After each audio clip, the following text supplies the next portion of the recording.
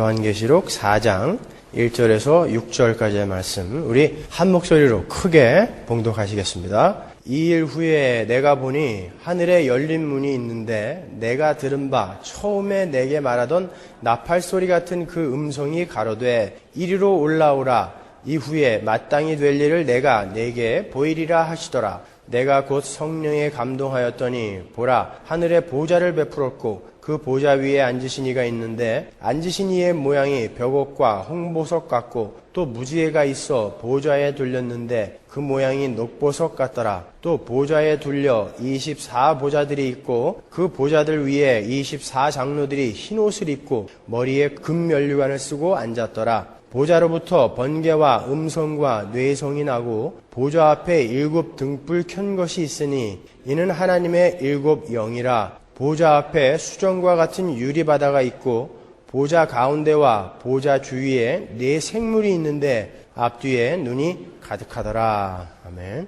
이제 4장으로 넘어갑니다. 4장과 5장은 요한계시록을 푸는데 아주 중요한 장이에요. 제가 주보에 핸드아웃을 끼워드렸는데 받으셨습니까? 여러분 가져가셔서 그 핸드아웃하고 4장, 5장을 잘 읽어보세요. 그러면은 4장, 5장의 맥이 조금 더 쉽게 잡히실 거예요. 4장은 메타타우타, 2일 후에라는 말로 시작이 되죠. 2일 후에. 여기서 2일이라는 것은 1장 10절부터 우리가 지난주까지 공부한 3장까지에 기록된 첫 번째 환상을 이야기하는 거예요. 그 첫 번째 환상 후에 이런 말입니다. 그 첫 번째 환상을 본 이후에 사도 요한이 이제 하늘로 올라가서 2번째 환상을 보게 되는 거예요. 자, 그런데 4장과 5장을 잘 보시면요, 3장까지에서 쓰였던 단어들이 계속해서 반복이 되고 있는 것을 여러분들이 아실 수 있을 것입니다. 계시록 3장 4절, 5절, 18절에 보면 흰옷이 등장하죠. 근데 오늘 우리가 읽었던 본문 4장 4절에도 24장로들이 뭘 입고 있어요? 흰옷을 입고 있습니다. 3장 21절에 보면 이기는 자들에게 주어지는 하늘의 보좌가 등장하죠. 그런데 4장 4절에도 24장로들이 어디에 앉아 있어요? 보좌에 앉아 있어요. 3장 8절에 열린 문이 나옵니다. 우리가 빌라델비아 교회 공부할 때 살펴봤죠? 열린 문이 나오는데 4장 1절에도 열린 문이 나오죠. 그러니까 4장과 5장은 3장까지의 내용과 전혀 다른 그러한 내용으로 전개가 되는 것이 아니라 3장까지의 내용을 근거로 해서 점진적인 발전을 하고 있다는 것을 여러분이 아셔야 돼요. 지난 시간에도 제가 말씀드렸지만 요한계시록은 반복적이며 점진적인 방법으로 기술이 되어 있는 책입니다. 그러니까 우리가 먼저 살펴본 것처럼 1장에서 3장까지는 이기는 자들에게 어떤 복이 주어질 것이며 어떠한 것이 약속이 되어 있는가가 기록이 되어 있고 4장에서 5장까지의 그리스도의 승리가 우리에게 어떠한 것을 가져다 주는가가 기록이 되어 있는 거예요. 그러니까 맥은 같은 것입니다. 계속해서 한 가지 주제로 내용이 전개되어지고 있는 거예요. 다시 말하면 1장에서 3장까지는 이 땅의 지상적 교회를 그리고 있어요. 7교회. 지상적 교회를 그리고 있다면 지금 이제 4장과 5장은 이미 완성된 천상의 교회를 지금 보여주는 거예요. 그래서 그 지상의 교회를 세상이 어떻게 공격을 한다고 해도 그리고 하나님께서 아무리 무시무시한 심판을 내리신다고 해도 교회는 완전한 안전성을 지금 확보하고 있다는 것을 주지시켜 주는 거예요. 계시록은 계속해서 지상의 교회와 천상의 교회를 동시에 띄워놓고 설명하고 있는 것입니다. 그래서 지상의 교회들이 받는 환난과 핍박과 궁핍을 설명하다가 이제 아이고 그럼 어떡하나 그럴 때 다시 천상의 교회를 딱 설명해주고 그 다음에 또 지상의 교회가 받을 일들을 또 설명해주고 그 다음에 또 낙심할 때쯤 되면 천상의 교회를 또 딱 띄워 올려줘서 봐라 너희들은 낙담하고 절망하고 자포자기하면 안 돼라는 것을 계속해서 보여주는 게 계시록의 전개 방식이란 말이에요. 계시록 21장 2절 보세요. 또 내가 보매 거룩한 성 새 예루살렘이 하나님께로부터 하늘에서 내려오니 그 예비한 것이 신부가 남편을 위하여 단장한 것 같더라. 마지막에 교회인 거룩한 성 새 예루살렘이 어디서 내려와요? 하늘에서 내려온다고요. 교회가 하늘에서 내려온다고요. 그러니까 천상에는 이미 완성된 교회가 있다는 거예요. 영적으로요. 여러분이 지금 아무리 어려운 난관에 봉착해 있고 도대체 앞이 보이지 않는 그런 절망에 빠져 있다 할지라도 그게 여러분을 실패케 할 수는 없는 거예요. 여러분은 이미 천상의 보좌에 예수 그리스도와 함께 완성되어 있는 존재이기 때문에 그런 것입니다. 아무쪼록 이 4장, 5장을 공부하시면서 그러한 그리스도인의 영광스러운 신분을 재확인하시고 세상의 풍파에 흔들리지 않을 수 있는 그러한 힘을 얻으시기 바랍니다, 여러분. 이게 오늘 제가 설교할 설교의 주제예요. 그래서 오늘은 제가 양괄식으로 설명을 할 거예요. 산문을 쓰거나 연설을 할 때 두괄식은 맨 앞에다 주제를 놓는 거죠. 미괄식은 맨 마지막에 두는 거고, 정말 중요한 걸 설명할 땐 앞뒤에다가 주제를 놓는다고요. 그러니까 오늘은 굉장히 중요한 것을 제가 설명을 해드린다는 것을 여러분이 아셔야 됩니다. 4장과 5장을 주의 깊게 읽어보신 분들은 아시겠지만 4장에는 주로 성부 하나님에 대한 강조가 많이 나오죠. 5장에서는 어린 양 예수 성자에 대한 강조가 많이 나옵니다. 4장의 주된 내용은 하나님은 창조주시다. 4장의 마지막에 나오죠. 하나님은 창조주시다라는 것이고 5장의 주된 내용은 예수님은 구속주시다라는 내용이에요. 그런데 5장을 잘 보시면요. 4장의 성부 하나님께 올려지는 영광의 찬양이 5장의 성자 하나님 예수 그리스도께 그대로 옮겨집니다. 한번 확인해 볼까요? 계시록 4장 10절 24장로들이 보좌에 앉으신 이 앞에 엎드려 세세토록 사시는 이에게 경배하고 자기의 면류관을 보좌 앞에 던지며 가로되 우리 주 하나님이여 영광과 존귀와 능력을 받으시는 것이 합당하오니 주께서 만물을 지으신지라 만물이 주의 뜻대로 있었고 또 지으심을 받았나이다 하더라. 하나님께 찬양이 이렇게 올려집니다. 계시록 5장 11절 보세요.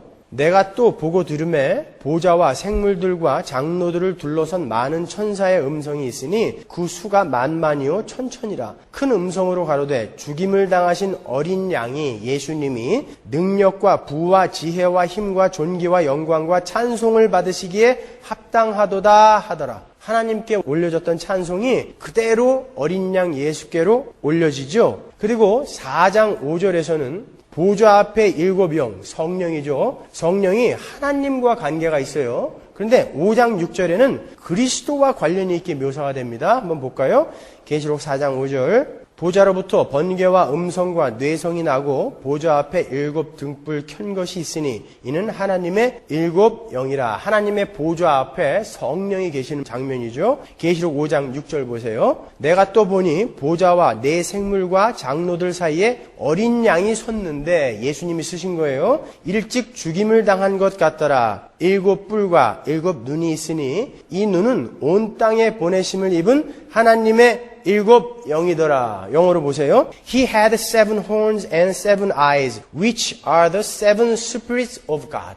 그 7 뿔과 7 눈이 있는데 그것은 하나님의 영이다. 그런데 그걸 누가 갖고 있어요? He had. He가 누구예요? 예수님이 그 성령을 갖고 계시다고요. 이 말은 어린 양 예수 그리스도는 하나님이시다라는 것을 우리에게 가르쳐 주시는 거예요. 우리는 이렇게 계시록 4장, 5장을 통해서 예수님은 하나님이시라는 것을 명확히 알 수 있는 거예요. 그러니까 우리가 이 4장, 5장만 제대로 알아도 예수님은 하나님이 아니라 위대한 박애주의자다. 그러니까 그분의 삶을 본받아서 인간답게 살자라고 주장한 슈바이처라든지 오강남, 아리우스 이러한 사람들의 의견에 반박을 할 수 있는 것이죠. 예수님은 하나님이십니다, 여러분. 그러한 극단적인 자유주의 신학자들이나 또 여호와의 증인들의 그런 주장은 이 4장, 5장만 제대로 공부해도 한 번에 일축해버릴 수 있는 거예요. 그러면 차근차근 4장 1절부터 풀어보도록 하겠습니다. 1절을 우리 함께 큰 소리로 읽어보도록 하겠습니다. 2일 후에 내가 보니 하늘에 열린 문이 있는데 내가 들은 바 처음에 내게 말하던 나팔 소리 같은 그 음성이 가로되 이리로 올라오라. 이후에 마땅히 될 일을 내가 내게 보이리라 하시더라. 2일 후에 메타타우타. 이 단어를 보면 지금 4장은 첫 번째 환상과 연결이 되고 있는 거예요. 그리고 하늘에 열린 문에서 음성이 들렸다고 그러죠, 요한에게. 그런데 그 음성은 어떤 음성이라고요? 처음 요한에게 말했던 그 음성이라고 그러죠. 그러니까 그 음성이 뭐예요? 예수님의 음성입니다. 그 예수님의 음성이 요한을 하늘로 불러 올려요. 이 구절을 세대주의자들은 휴거를 설명하는 구절이라고 주장합니다. 세대주의자들이 계시록을 풀 때는 여기서 이제 휴거가 일어나는 거예요. 과연 그게 그 이야기인지 한번 우리가 살펴보자고요. 세대주의자들은요, 우리가 공부한 7 교회에 보내는 편지를 전체 교회 시대를 7으로 나누어서 각 시대의 상황을 설명한 것이라고 봅니다. 그러니까 첫 번째 에베소 교회는 사도 시대다. 그리고 두 번째 서머나 교회는 속사도 시대. 세 번째 버가모 교회는 로마 국교 시대, 또 네 번째 두아디라 교회는 중세 암흑 시대라고 봐요. 그리고 사대 교회는 종교 개혁 시대라고 봅니다. 그리고 여섯 번째 빌라델비아 교회는 선교 시대로 보고, 일곱 번째 라오디게아 교회는 평신도들의 목소리가 높아지는 종말 시대로 보는 거예요. 이렇게 지상의 교회 시대를 설명하고 4장으로 넘어간다라고 그들은 이해하고 있어요. 그러니까 4장은 지상의 교회 시대가 끝나고 교회가 휴거가 되는 것으로 시작된다는 것이죠. 그래서 교회의 대표인 요한을 하늘로 끌어올리는 것으로 휴거를 설명한다, 이렇게 설명한단 말이에요. 아주 재밌는 추측입니다. 그렇지만 과연 그런 내용이 맞을까? 휴거라는 말이 성경에 있습니까? 휴거라는 말이 성경에 있어요? 없어요. 소설책 제목은 있습니다. 어네스트 앵글리라는 세대주의자가 휴거라는 소설을 썼죠. 그것이 한때 전 세계적으로 센세이션을 일으켰던 적이 있습니다. 저도 중학교를 막 졸업하고 그 책을 읽었어요. 그래서 굉장히 오랜 시간 공부에 떨었었는데, 그런 소설들과 세대주의자들의 추측이 오늘날 성경을 이렇게 곡해하게 만든 거예요. 그 사람들이 휴거의 근거로 삼는 구절이 데살로니가 전서 4장입니다. 한번 볼까요? 4장 16절, 17절 한번 읽어보겠습니다. 주께서 호령과 천사장의 소리와 하나님의 나팔로 친히 하늘로조차 강림하시리니 그리스도 안에서 죽은 자들이 먼저 일어나고 그 후에 우리 살아남은 자도 저희와 함께 구름 속으로 끌어올려 공중에서 주를 영접하게 하시리니 그리하여 우리가 항상 주와 함께 있으리라. 자, 우리가 알고 있는 휴거의 장면입니다. 정말 이 장면이 예수님의 1차 공중 재림 시에 교회가 들려 올라가는 장면일까? 세대주의자들은 1차 공중 재림, 2차 지상 재림이 있다라고 그렇게 믿고 우깁니다. 그러나 자기들이 왜 그렇게 주장하는지 설명을 못해요. 세대주의자들의 주장의 핵심은 이렇게 교회가 1차 공중재림 시에 휴거가 됨으로써 계시록 6장부터 나오는 인해재앙, 나팔재앙, 대접재앙 같은 대환란의 시기를 교회는 절대 겪지 않는다라는 것이 그들의 주장의 핵심이에요. 그러니까 그런 환란과 핍박, 대환란의 시기를 우리는 겪기 싫다라는 것이죠. 예수님이 이미 환란을 다 겪고 가셨는데 왜 우리에게 똑같은 환란이 있냐 말이에요. 그건 유니언 크라이스트가 뭔지도 모르는 너무나 미성숙한, 너무나 유아기적 발상이에요. 마태복음에 기록된 주님의 말씀이 이렇습니다. 마태복음 24장 3절로 한번 가보세요. 예수께서 감람산 위에 앉으셨을 때에 제자들이 종용이 와서 가로되 우리에게 이르소서 어느 때에 이런 일이 있겠사오며 또 주의 임하심과 세상 끝에는 무슨 징조가 있사오리이까? 세상의 끝에는 무슨 징조가 있사오리까요? 예수께서 대답하여 가라사대 너희가 사람의 미혹을 받지 않도록 주의하라. 많은 사람이 내 이름으로 와서 이르되 나는 그리스도라 하여 많은 사람을 미혹해 하리라. 난리와 난리 소문을 듣겠으나 너희는 삼가 두려워 말라. 이런 일이 있어야 하되 끝은 아직 아니니라. 민족이 민족을, 나라가 나라를 대적하여 일어나겠고 처처에 기근과 지진이 있으리니 이게 인해재앙, 나팔재앙, 대접재앙의 대표적인 재앙의 내용이죠. 그런데 이게 누구에게 있다라는 거예요? 교회를 상징하는 12사도 너희들이 겪을 거라는 거예요. 이것은 우리에게 하시는 말씀입니다. 이 모든 것이 재난의 시작이니라. 그때 사람들이 너희를 환란에 넘겨주겠으며 누구를? 교회를 상징하는 지금 12사도에게 이야기하는 거예요. 너희를 죽이리니 너희가 내 이름을 위하여 모든 민족에게 미움을 받으리라. 그때 많은 사람이 시험에 빠져 서로 잡아주고 서로 미워하겠으며 거짓 선지자가 많이 일어나 많은 사람을 미혹하게 하겠으며 불법이 성함으로 많은 사람의 사랑이 식어지리라. 그러나 끝까지 견디는 자는 구원을 얻으리라. 너희는 휴거될 거니까 너희는 환난하고 아무 상관없어. 이렇게 말씀하시나요? 12사도 교회에게 뭐라고 말씀하시는 거예요? 너희가 환난에 던져지고 미움을 받고 죽기까지 하겠으나 끝까지 견뎌라 그러죠. 끝까지 견디라는 말은 뭐예요? 우리가 거기에 던져진다는 거예요. 병행 구절인 누가복음 21장 10절로 한번 가보세요. 또 이르시되 민족이 민족을, 나라가 나라를 대적하여 일어나겠고 처처에 큰 지진과 기근과 온역이 있겠고 또 무서운 일과 하늘로서 큰 징조들이 있으리라. 이 모든 일 전에 내 이름을 인하여 너희에게 손을 대어 핍박하며 회당과 옥에 넘겨주며 임금들과 관장들 앞에 끌어가려니와 16절 심지어 부모와 형제와 친척과 벗이 너희를 넘겨주어 너희 중에 몇을 죽이게 하겠고 또 너희가 내 이름을 인하여 모든 사람에게 미움을 받을 것이나 그때에 사람들이 인자가 구름을 타고 능력과 큰 영광으로 오는 것을 보리라. 이런 일이 되기를 시작하거든 일어나 머리를 들라 너희 구속이 가까웠느니라 하시더라. 너희는 스스로 조심하라. 그렇지 않으면 방탕함과 술 취함과 생활의 염려로 마음이 둔하여지고 뜻밖의 그날이 덫과 같이 너희에게 임하리라. 이날은 온 지구상에 거하는 모든 사람에게 임하리라. 마치 그 어네스트 앵글리의 휴거 그 책에 나오는 7년 대환란에 나오는 그 장면들이 여기에 그대로 적혀 있는 것 같죠? 그러나 교회가 함께 그것을 겪는다라는 거예요. 예수님이 말씀하시기로는. 하나님의 백성들이 엄청난 환란에 던져지게 될 것을 예수님께서 예고하시는 거예요. 그때에 너희들은 정신을 똑바로 차리고 항상 기도하며 깨어서 예수님 맞을 준비를 하라는 거죠. 너희들은 휴거될 테니까 걱정 말아라. 이런 말을 한마디도 하신 적 없어요. 계시록 7장 13절 보세요. 장로 중에 하나가 응답하여 내게 이르되 이 흰옷 입은 자들이 누구며 또 어디서 왔느뇨? 흰옷 입은 자들, 교회를 이야기하는 거죠. 하나님의 백성들 어디서 왔느뇨? 내가 가로되 내 주여 당신이 알리이다 하니 그가 나더러 이르되 이는 큰 환란에서 나오는 자들인데 어린 양의 피에 그 옷을 씻어 희게 하였느니라. 이는 보좌 가운데 계신 어린 양이 저희의 목자가 되사 생명수 샘으로 인도하시고 하나님께서 저희 눈에서 모든 눈물을 씻어 주실 것이미르라. 하나님의 백성들이 어디서 나온다고요? 큰 환란에서 나온단 말이에요. 그 환란이 얼마나 무시무시했으면 그들이 눈물을 펑펑 흘려서 하나님이 그 눈물을 내가 씻어주겠다라고 이렇게 약속하시는 거예요. 그리고 세대주의자들의 주장에 따르면 이 4장 이후에는 교회라는 단어가 한 번도 나오지 않기 때문에 6장 이후의 모든 재앙은 하나님의 교회와는 아무 상관없다 이렇게 말들을 하고 있습니다. 정말 그럴까요? 그들의 주장대로 4장이 교회의 휴거라면 그 휴거 이후인 12장으로 한번 가보죠. 17절 용이 여자에게 분노하여 돌아가서 그 여자의 남은 자손 곧 하나님의 계명을 지키며 예수의 증거를 가진 자들로 더불어 싸우려고 바다 모래 위에 섰더라. 그 환난 중에 용이 누구와 싸운다고요? 여자의 남은 자손. 누굽니까? 교회예요. 하나님의 계명을 지키며 예수의 증거를 가진 자들. 그게 누구예요? 교회예요. 그들과 용이 싸우는 게 환난의 시기라고요. 계시록 13장 6절 보세요. 짐승이 입을 벌려 하나님을 향하여 회방하되 그의 이름과 그의 장막 곧 하늘에 거하는 자들을 회방하더라. 또 권세를 받아 성도들과 싸워 이기게 되고 각 족속과 백성과 방언과 나라를 다스리는 권세를 받으니 짐승이 누구와 싸운다고요? 성도들과 싸운다니까요.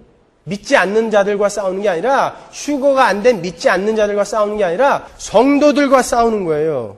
세대주의자들은 이러한 구절들을 이거는 이삭죽기다. 휴거 때 미처 못 올라간 사람들을 하나님이 하나하나 건져 올리시는 것이다 라고 이야기하는데 여러분 만약 그렇다면 여러분 그런 하나님을 여러분 믿고 신뢰할 수 있겠습니까? 자기의 백성들 하나 완전히 끌어올라가지 못하고 흘리고 가는 그런 하나님을 우리가 어떻게 믿냐 말이에요. 그런 건 없어요. 하나님은 전지전능하신 완전하신 하나님이십니다. 우리는 지금 세대주의자들이 주장하는 7년 대환란 그 기간을 우리는 살고 있는 거예요. 여러분 어줍지 않은 소설 같은 걸로 성경을 재해석하지 마세요. 신학자들의 그 신학을 가지고 여러분들이 성경을 곡해하시면 안 되는 거예요. 성경은 성경으로 푸셔야죠. 그리고 너무 두려워하지 마세요. 7년 대환란 이런 거 왜 두려워하십니까 여러분? 마귀를 왜 이렇게 두려워하세요? 물론 힘 있는 존재지만 마귀는요 여러분들의 거룩을 위해서 하나님이 이 땅에 남겨놓은 방법과 수단이지 하나님도 지금 이기지 못해서 쩔쩔매는 그런 존재가 아니에요. 아니 그리고 휴거가 있다면 여러분은 휴거 될 거 아닙니까? 뭘 그렇게 걱정하십니까? 뭘 그렇게 두려워하세요? 벌벌벌벌. 저 중학교 때 얼마나 괴로웠는지 몰라요. 혹시 안 되면 어떡하나. 성도들은 교회 시대, 즉 이 환란의 시대를 살아가면서 거룩한 자로 지어져 가는 거예요. 어떤 면에 있어서는 그러한 마귀의 세력의 공격도 우리에게 있어서는 하나님의 은혜요, 축복이 될 수 있는 거예요. 왜요? 그것으로 말미암아 우리가 우리 자신을 알고 하나님을 알게 되고 점점 더 하나님의 백성으로 지어져 간다면 오히려 그것도 우리에게 축복이 되는 거예요. 은혜가 되는 것입니다. 그런 면으로 보셔야지 여러분 너무 벌벌벌벌 떨지 마세요. 자꾸 영화 같은 거, 소설 같은 걸 너무 많이 봐가지고 오멘, 엑소시스트 이런 걸 너무 많이 봐가지고 여러분은 존귀한 하나님의 자녀들인데 왜 그러한 마귀의 세력들의 어줍지 않은 속임수를 두려워하십니까, 여러분? 휴거가 있다면 그 휴거는 이런 걸 거예요. 마지막 우리 주님 재림하실 때 하나님의 교회 모두가 건져 올려지고 나머지는 세상에서 심판을 받게 되는 그때 데살로니가 전서 4장은 그 이야기를 하는 거예요. 맨 마지막 때 예수님이 재림하실 때 그때 교회가 들어 올려지고 나머지는 불못에 던져지게 되는 그 상황을 이야기하는 거예요. 어디 무슨 공중재림이 있고 지상재림이 따로 있어요. 세대주의자들 중에서도 최고의 신학자라고 하는 월브드 같은 사람도 설명을 해내지 못한다니까요. 슬그머니 넘어간다고요. 그러면 왜 요한은 하늘로 올라갔는가? 어렵게 생각하지 마세요. 쉽게 생각하세요. 그것은 선지자가 하나님의 회에 들어가는 전형적인 모습을 담은 거예요. 이사야도 계시를 받기 위해 하나님 앞으로 이렇게 올라가죠. 아모스도, 에스겔도 구약을 읽어보신 분은 아시잖아요. 선지자들이 하나님의 계시를 받을 때 하나님 앞으로 끌려 올라간다고요. 환상을 볼 때도 마찬가지고 아모스 3장 7절 한 절만 보죠. 주 여호와께서는 자기의 비밀을 그 종 선지자들에게 보이지 아니하시고는 결코 행하심이 없으시리라. 오늘 본문 1절을 보세요. 똑같은 내용이란 말이에요. 이 일 후에 내가 보니 하늘에 열린 문이 있는데 내가 들은 바 처음에 내게 말하던 나팔 소리 같은 그 음성이 가로되 이리로 올라오라. 이후에 마땅히 될 일을 내가 내게 보이리라 하시더라. 똑같죠? 그 이야기 하는 거예요. 하나님은 요한을 올라오게 하시고 교회에게 계시하실 중요한 사건들을 요한에게 먼저 보여주시는 거예요. 요한은 하나님께서 보여주시는 그것을 보고 기록해서 교회들에게 하나님의 말씀을 전하는 선지자 역할로 올라가는 거예요. 휴거 같은 거 이야기하는 거 아닙니다. 요한이 성령에 감동하여 올라가서 무언가를 보았죠. 2절을 한번 보세요. 내가 곧 성령에 감동하였더니 I was in the Spirit. I was in the Spirit이에요. 이것은 전에도 한번 공부했죠. En pneumati. En pneumati.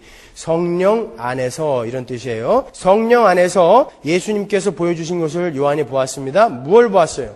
보좌가 있었고 하나님께서 그 보좌에 앉아 계셨어요. 그리고 흰 옷을 입고 면류관을 쓴 24장로가 하나님의 보좌 주변에 보좌에 앉아 있었어요. 그리고 보좌 앞에 7영 성령이 계셨고 유리바다가 펼쳐져 있었습니다. 그리고 앞뒤에 눈이 가득한 4 생물이 있었어요. 조금 어려워지죠, 이제? 7 교회 할 때는 아주 쉬웠는데, 이제 뭐 눈이 막 가득 달린 4 생물도 나오고, 유리바다가 나오고, 그렇지만 안심하십시오. 하나도 어려운 거 아니에요, 여러분. 먼저, 하나님에 관한 묘사를 한번 제가 설명해 드릴게요. 계시록 4장 3절 한번 보세요. 앉으신 이의 모양이 벽옥과 홍보석 같고, 또 무지개가 있어 보좌에 둘렸는데, 그 모양이 녹보석 같더라. 벽옥과 홍보석 그리고 녹보석으로 하나님을 설명하죠. 이 보석들이 동시에 등장하는 곳이 있죠. 같은 계시록에 21장 9절 7 대접을 가지고 마지막 7 재앙을 담은 7 천사 중 하나가 나와서 내게 말하여 가로되 이리 오라. 내가 신부 곧 어린 양의 아내를 내게 보이리라 하고. 신부 어린 양의 아내가 누구예요? 교회죠. 여러분들 이야기하는 거예요. 성령으로 나를 데리고 크고 높은 산으로 올라가 하나님께로부터 하늘에서 내려오는 거룩한 성 새 예루살렘을 보이니. 교회가 내려왔어요. 거룩한 성 새 예루살렘은 무슨 보석으로 된 여러분이 살 천국이 아니라 여러분을 이야기하는 거예요. 하나님의 영광이 있음에 어디에? 우리에게 하나님의 영광이 덧입혀져 있는데 그 모습이 보석 같다는 거예요. 우리에게 하나님의 영광이 덧입혀져 있는데 그 모습이 보석 같다는 거예요. 그 성의 빛이 지극히 귀한 보석 같고 벽옥과 수정같이 맑더라. 그 성곽은 벽옥으로 쌓였고 그 성은 정금인데 맑은 유리 같더라. 그 성의 성곽의 기초석은 각색 보석으로 꾸몄는데 첫째 기초석은 벽옥이요, 둘째는 남보석이요, 셋째는 옥수요, 넷째는 녹보석이요, 다섯째는 홍만호요, 여섯째는 홍보석이요, 일곱째는 황옥이요, 여덟째는 노옥이요, 아홉째는 담황옥이요, 열째는 비치옥이요, 11째는 청옥이요, 12째는 자정이라. 하늘로부터 하나님의 교회가 내려오는데 그 교회가 하나님의 영광을 입었다 그렇게 표현을 해요. 11절에서 하나님의 영광을 입었는데 그리고 나서 그들을 묘사하는데 오늘 본문 4장 3절에 그 보석을 포함한 벽옥과 홍보석, 녹보석을 포함한 12보석으로 그 교회를 설명한단 말이에요. 구약에도 똑같은 보석이 등장하는 데가 있어요. 어딥니까? 교회를 상징하는 대제사장의 에봇 위에 걸치는 흉패. 거기에 12보석을 달죠. 거기에 똑같은 보석들이 등장해요. 출애굽기 28장 17절. 그것에 네 줄로 보석을 물리되 첫 줄은 홍보석, 황옥, 녹주옥이요. 둘째 줄은 송유석, 남보석, 홍만호요. 셋째 줄은 호박, 백만호, 자수정이요. 넷째 줄은 녹보석, 호만호, 벽옥으로 다 금태에 물릴지니 이 보석들은 이스라엘 아들들의 이름대로 12이라 매 보석의 12지파에 한 이름씩 인을 새기는 법으로 새기고. 위의 내용들을 종합해 보면 우리 교회는 바로 여러분은 하나님의 영광을 입은 분들이라는 거예요. 하나님의 영광을 지금 오늘 본문에서 벽옥, 홍보석, 녹보석으로 이렇게 표현을 하는데 그 보석이 교회를 설명하는 구절에 그대로 쓰인단 말이에요. 그러니까 하나님의 백성들은 바로 그러한 하나님의 똑같은 동일한 영광을 입은 존귀한 자들이라는 거예요. 어떻게 우리가 하나님의 그 영광과 비교가 됩니까? 그러나 성경은 그렇게 표현을 한다니까요. 여러분은 그러한 분들이에요. 계속해서 4절을 보시면요. 또 보좌에 둘려 24보좌들이 있고 그 보좌들 위에 24장로들이 흰옷을 입고 머리에 금면류관을 쓰고 앉았더라. 흰옷을 입고 금면류관을 쓰고 보좌에 앉아있는 24장로가 나와요. 24장로. 흰옷을 입고 면류관을 쓸 수 있는 사람들이 누굽니까? 천사들인가요? 공부했잖아요. 교회예요. 여러분들이에요. 흰옷, 면류관. 7교회 하면서 공부했잖아요. 교회들에게 주어질 거란 말이에요. 24장로는 하나님의 백성, 교회를 말하는 거예요. 아까 우리가 계시록 21장에서 읽었던 것처럼 예수님의 교회, 신부가 하늘에서 내려오는데 12지파와 12사도의 이름이 그 거룩한 성에 기록이 되어 있죠. 이름이 새겨져 있죠. 이 12를 보태서 24장로라고 표현을 하는 거예요. 교회를 상징하는 거예요. 그들이 보좌에 앉아 있었어요. 에베소서 2장 5절에 한번 보세요. 허물로 죽은 우리를 그리스도와 함께 살리셨고 또 함께 일으키사 그리스도 예수 안에서 함께 하늘에 앉히셨다라고 과거로 이야기하고 있죠. 예, 여러분들이 거기에 앉아 계신 24장로예요. 흰옷을 입고 면류관을 쓰고 앉아 계신, 거기다가 하나님의 영광의 광채를 입고 앉아 계신 그러한 존귀한 분들, 바로 여러분들이란 말이에요. 그분들이. 정리를 해보겠습니다. 요한이 예수님의 음성을 듣고 하늘에 올라가서 무언가를 봅니다. 거기에는 하나님께서 보좌에 앉아 계시고 하나님의 영광을 입은 교회가 하나님의 보좌 둘레에 앉아 있어요. 그게 하나님 나라예요, 여러분. 이미 완성된 교회를 주님은 요한에게 보여주신 거예요. 왜요? 그 전에 7교회를 설명할 때 어떤 내용이었어요, 대부분이? 그들의 실패, 실수, 어리석음 이런 것들이었죠. 그리고 그들의 핍박, 고난 이런 거였단 말이에요. 그러니까 그것을 읽으면서 야, 우리는 이 정도밖에 안 되는 거구나. 아, 혹시 나는 가짜 아닐까? 이러한 그들에게 하늘에 완성되어 있는 교회를 딱 떠올려서 보여주시는 거예요. 그래도 너희는 내가 여기로 끌고 간다는 걸 보여주시는 거예요. 반모섬에서 환난을 당하고 있던 요한에게 그 천상의 교회의 모습은 얼마나 큰 위로와 격려를 주었겠습니까? 아, 내가 이렇게 지금 이 나이에 여기서 탄광에서 일을 하고 있지만 하나님께서는 나를 여기에 이렇게 앉혀놓으셨구나. 이미 이 영광스러운 이 빛나는 보석의 모양으로 여기에 이미 나를 앉혀놓으셨구나. 그리고 핍박 속에 던져져 있던 초대교회 성도들이 그걸 봤을 때, 이 계시록을 봤을 때, 그리고 여전히 미성숙하고 실수투성이었고 바르지 못한 교리 속에서 헤매다가 책망을 들였던 이 계시록을 받아 읽었던 사람들에게 그 완성된 교회의 모습, 그 모습을 딱 보여주시는 거예요. 아, 그래도 그 하나님의 열심은 나를 여기에 끌고 가시겠구나. 나는 이미 여기에 이렇게 완성이 되어 있으니까. 그런 의미에서 4장과 5장이 이 3장 이후에 한번 등장해 주는 거예요.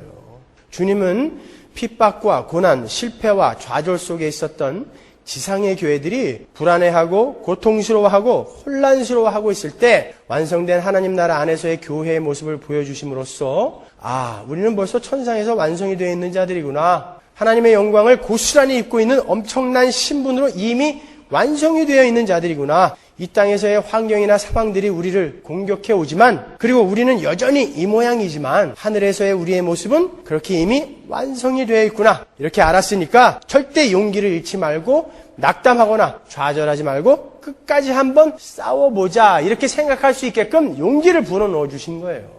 동일하게 여러분에게도 그러한 위로가 임하셔야 됩니다. 성령의 수신자는 교회니까요. 우리에게 해주시는 말씀이에요. 여러분, 제가 설교 때마다 여러분들에게 여러분은 가짜일지도 몰라요. 여러분 아닐지도 모릅니다. 여러분 지옥 갈지도 몰라요. 그렇게 하도 많이 설교를 하고 얼마나 불안해 하셨어요. 아, 진짜 나 가짜인가? 그런 사람이 많았어요. 그런 여러분들에게 이 위로의 말씀이 주님으로부터 주어지는 거예요. 아, 그래도 나는 주님과 관계 있는 자고 반드시 완성되어서 저 꼭대기로 올라가겠구나. 근데 우리 목사는 왜 맨날 그렇게 설교를 했을까? 제가 왜 그렇게 다소 과하게 여러분들에게 가짜라고 얘기했는지 아십니까? 그건 제가 여러분을 성숙한 신앙인 취급을 해드린 거예요. 제가요, 스푼 피딩을 해야 할 그런 사람들에게는 그렇게 해줍니다. 지금도 내가 숟가락으로 떠서 먹여드려요. 삐지면 찾아가서 달래드려요, 제가요. 스푼 피딩을 하는데 밥을 갖다가 쳐놓으면 안 되잖아요. 그렇지만 성숙한 사람들에게 계속해서 우유를 줄 수는 없어요. 이제 어느 정도 성숙되어졌다라고 생각되는 분들은 제가 아주 냉담하고 냉혹하게 이렇게 대합니다. 그죠? 여러분들이 그래서 많이 오해들을 하셨을 거예요. 처음하고 많이 달라졌단 말이죠. 처음에는 그렇게 다정하게 해주더니 이제는 내가 이렇게 힘들다고 하는데 와갖고 전화 한 통도 안 하고 찾아오지도 않는다. 그리고 맨날 설교 때마다 당신은 가짜일지도 모른다. 여러분은요, 이제 하나님 앞에 홀로 서서 외로움과 고독을 감내해낼 수 있는 분들이 되셔야 돼요. 언제까지 목사가 여러분들을 위로해 줄 거라고 생각하지 마셔요. 그러면 여러분은 계속 받는 분이 될 수밖에 없어요. 목사가 뭐 별다른 사람이에요? 아니요, 여러분은 이제 목사처럼 다른 사람들에게 이제 부어주셔야 될 사람들이에요. 그러니까 이제는 훈련하셔야 되는 거예요. 언제까지 제가 여러분들에게 이렇게 참 얼려주고 달래주고 이렇게 두들기면서 끌고 갈 거라고 생각하지 마세요. 목사는요, 비계 같은 사람이에요. 돼지비계 말고 건물을 질 때 건물을 완성하기 전에 이렇게 나무를 막 쳐놓고 이렇게 구멍 뽕뽕 들린 이런 철판 올려놓고 이렇게 막 짐도 지고 올라가고 그러잖아요. 그러나 건물이 완성이 되면 그 비계는 철거해버린다고요. 목사는 그런 사람이에요. 여러분들이 하나님의 성전으로 완성이 될 때까지 여러분을 돕는 사람이지 뭐가 더 뛰어난 사람이 아닙니다, 여러분. 그러니까 저는 여러분들이 그러한 분들로 자꾸 완성이 되어질 수 있게끔 자꾸 치는 거죠. 그러나 새벽마다 열심히 기도해요, 여러분들을 위해서. 근데 이제 시작하는 사람들한테는 제가 끔찍히 잘해줘요. 그러니까 사람들이 편애한다 그런다고요? 오해하지 마세요, 여러분. 그 사람들한테 지금 제가 이유식 떠먹여주고 있는 거예요. 여러분이 아시는 성경에 나오는 가장 월스트한 교회가 어디입니까? 고린도 교회예요.